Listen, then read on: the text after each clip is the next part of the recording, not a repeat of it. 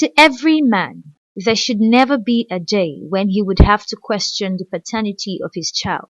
For a nation like Nigeria that prides herself on high religious and moral standards, one would wonder how it tops the list of countries in the world of paternal fraud. A quick statistics from simple Google search places her on the second stage after Zimbabwe. But why must one wonder the need for this tale?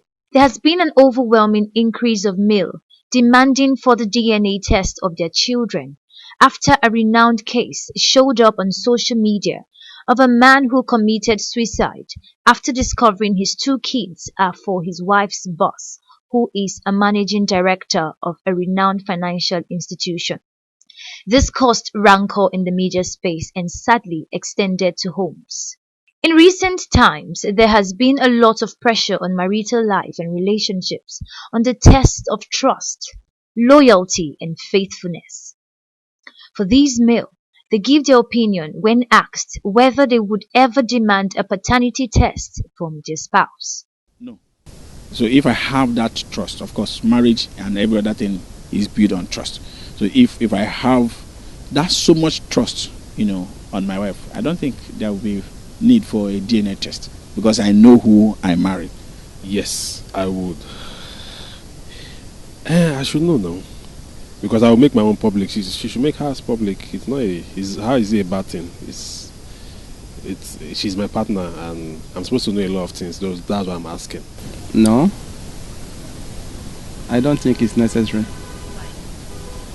Because I trust my wife and I believe that there's no need for all of that. Yes, of course. If I notice some movement and some certain things which I don't understand, it has to do with trust. Then for me to clear my conscience, I should ask. It's nothing bad about that. I should ask.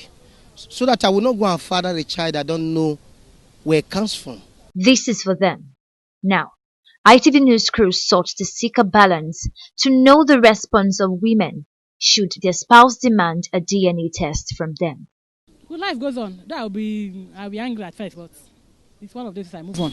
I feel so disappointed. That means all these years he didn't trust me. Because the most important, the bedrock of marriage is trust. So he should trust me as the wife. I mean, there are lots of situations trending, paternity fraud and all that. So to allay his fears and to make him certain and sure of who I am, I will not have a reaction negatively towards him conducting a DNA test. I think it is better for us so that both parties can be at rest. With divergent views on the air, one will wonder how the children in question will feel. If at age 28 and above you find out your father is not your father, what will you do? There's no reason for me to panic, per se. Like, there's no reason for because he has always been there for me. He has always acted like a father and all. Yeah. So I'm just going to know my new dad is just going to be like my uncle. I would always know my dad, the person I grew up with, to be my father. So there's nothing to blame anybody about. I'll be so indifferent about it. Nothing's going to change. That's just it. Many of these respondents say infidelity, greed, and insatiable need, most of which is pointed to the female folk, is a major cause. One would wonder why such was hardly heard of in the olden days and in typical traditional societies. Research has shown largely, if one should narrow it down to the people of Benin or Ishan land in Edo State, that their deities believed to be in charge of such affairs.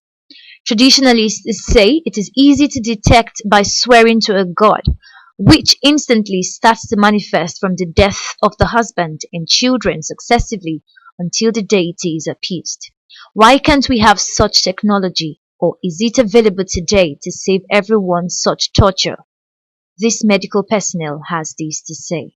It's not just possible, it's a practice that's been on for years now, for decades now. Okay?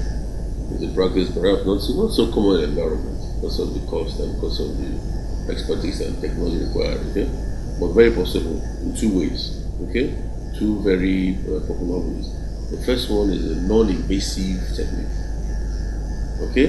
That you just take a sample of the mother's blood because the baby's DNA circulates in the mother's blood during pregnancy, okay? Just take as much sample as possible, okay? And you get as much DNA as possible. So that you can tell the DNA of the fetus. Okay? That technique is also used to tell the sex of a child before the child is born. Apart from it being expensive, he says the knowledge is not well known. The case here is that the knowledge, I think, is very slim. Most parents don't know. Most mothers don't know. Okay? Then the facilities that actually do that effectively without risk, but with little risk, are not so many. The essence of raising an issue is to find a lasting solution. For the issue of paternity fraud, these respondents believe that penalties must be put in place. But does the law have any provision for such? The lawmaking body of the society needs to come up with said penalties to regulate that kind of wickedness. In all of this, the need for penalties not ruling out discipline among couples have been advocated for a sane, peaceful home which translates to a better society. Evi Egwari, ITV News, Abuja.